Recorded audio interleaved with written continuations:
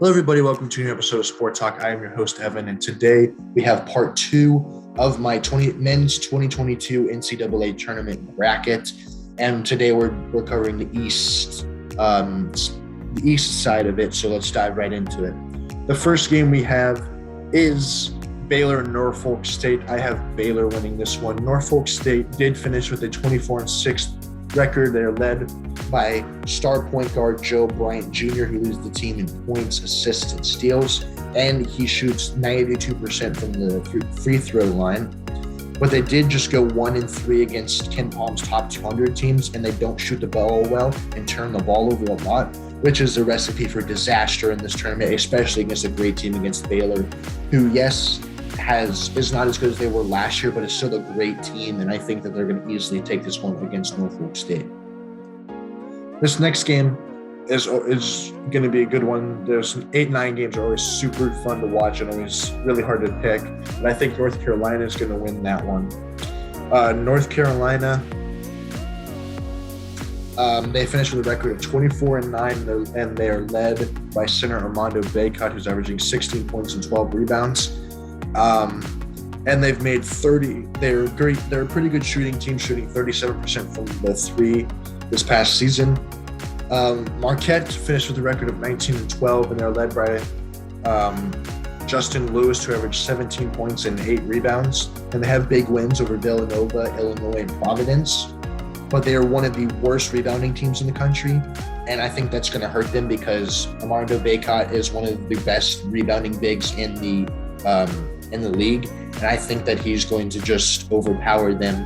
And plus, they still have Caleb Love and RJ Davis, and I think they're just going to be too much for Marquette, who has some glaring holes and some inconsistencies. Now, this one is going to be interesting. I have Indiana beating Wyoming and then playing St. Mary's. Indiana is more of a polarizing team. They have some big wins, and they are led by Trace Jackson Davis, who has averaged 18, 8, and 2, and they have, like I said, they have wins against Ohio State, Purdue, Michigan, Illinois, Notre Dame.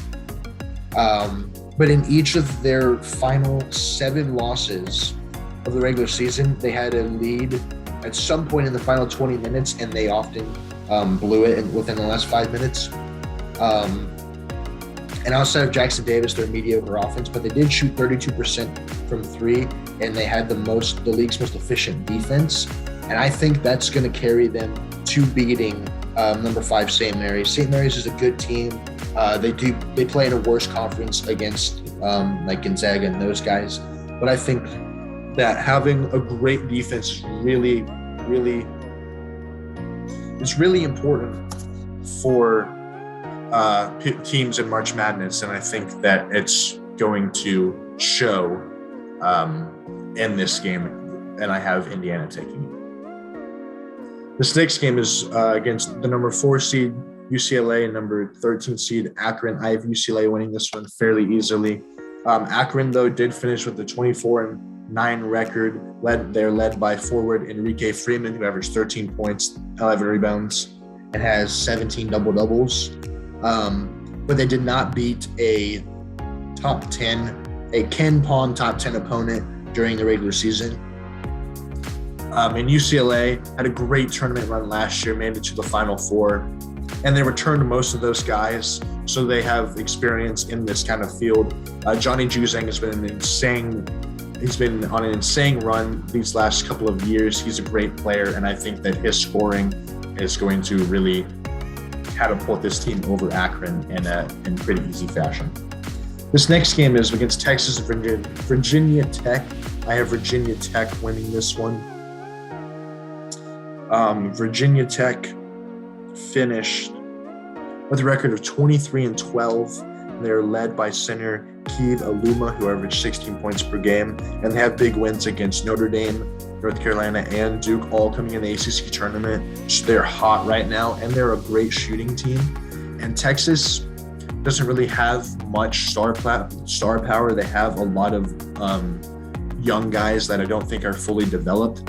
And Virginia Tech, like I said, they're hot at the right moment, and I think that hot streak is going to continue as they beat Texas here in this matchup. This next one is Purdue and Yale. I have Purdue winning this one fairly easily. Yale really doesn't have that impressive of a resume. They finished 19-11 in the regular season. They're led by guard Azur Swain, who averaged 19 points. But they got destroyed by Seton Hall, St. Mary's, and Auburn.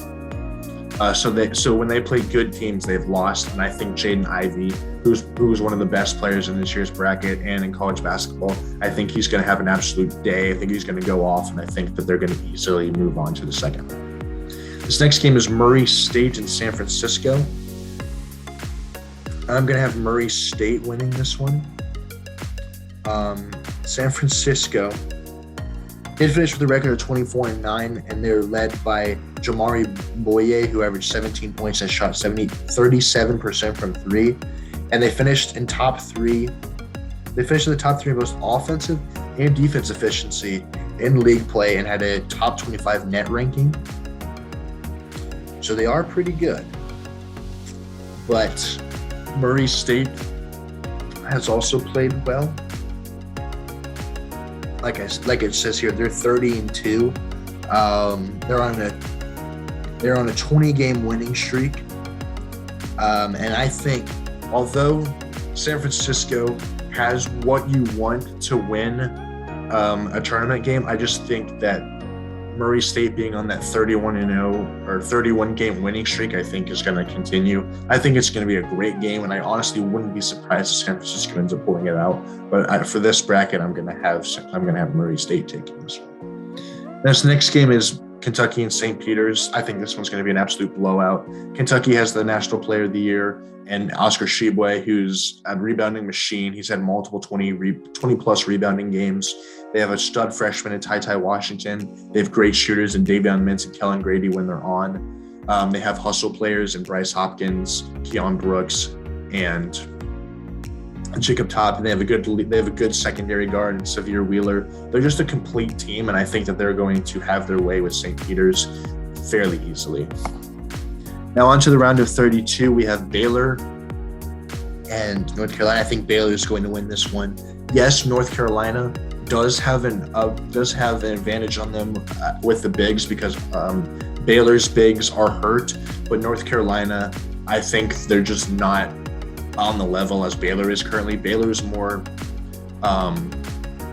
veteran-driven with players like James Akijo and Alan Flanagan, who I think are really going to be the two catalysts that are going to put them over the edge here in this game. This next game is Indiana and UCLA, and I'm going to have UCLA winning this one. Like I said earlier, they brought back all of their players from last year for the most part. I think Johnny Juzang is going to really exploit this Indiana defense, and I don't think that their offense is going to be able to do much because I feel like UCLA is going to do enough to hold Trey Jackson Davis, and outside of him, Indiana really has no other type of offense. So I do think that they're going to lose to UCLA. This next game is Virginia Tech and Purdue. I'm going to have Purdue winning this one. Virginia Tech is a great all-around solid team, but Purdue has Jaden Ivey, who, like I said earlier, is a top college player. He's a top 5 pick. And they have Zach Edey, who's a 7'4" center, who's great. And they have Travion Williams, too, as a big body forward there as well. And I think that they're just going to be too much for Virginia Tech. And I think Jaden Ivey is going to be one of the most outstanding players in this year's tournament. This next game is Kentucky and Murray State. I have Kentucky winning this one. Yes, Murray State's on this crazy winning streak, but like I said earlier, Kentucky's just a well-balanced team, and they're great in pretty much every facet when they're on. And I think that Tshiebwe is going to absolutely dominate, and I think they're going to end up winning this one in a dominant fashion. So now we have Baylor and UCLA and Kentucky and Purdue, and I'm going to have Baylor winning this one. For all the same reasons, like I said, I just think Baylor's going to do enough, I think, to kind of hold UCLA a little bit, and I think that they're end up winning this one. This next game is going to be Kentucky and Purdue. I have Kentucky winning by a slight margin. I think Zach Edey is going to it's going to cause problems for Kentucky because Oscar Tshiebwe is only 6'9", so he has about 6 inches on him. And I think Jaden Ivey is going to play great, but I think that Kentucky has a better overall team, and I have them winning against Purdue because Purdue also has had some losses where you would think they should have won. So I think that Kentucky is going to exploit that. And now we have Baylor and Kentucky in the Elite Eight. I'm going to have Kentucky winning.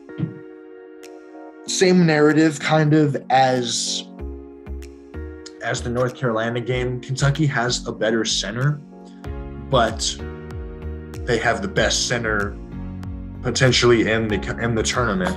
And so I think Tshiebwe is going to, again, have a dominant game. I think he's going to end up being, like Jaden Ivey, one of the most outstanding players in this tournament.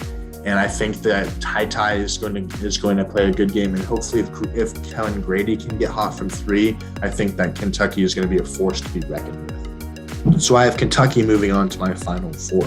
So to round out the East, I have Baylor playing North Carolina, Indiana playing UCLA, Virginia Tech playing Purdue, Kentucky playing Murray State, and then in the Sweet 16, I have Baylor playing UCLA and Purdue playing Kentucky. And then in the Elite Eight, I have Baylor playing Kentucky, and in the Final Four, I have Kentucky getting there to eventually play Gonzaga. So that is all I have for my East bracket. Let me know what your guys' thoughts are on that.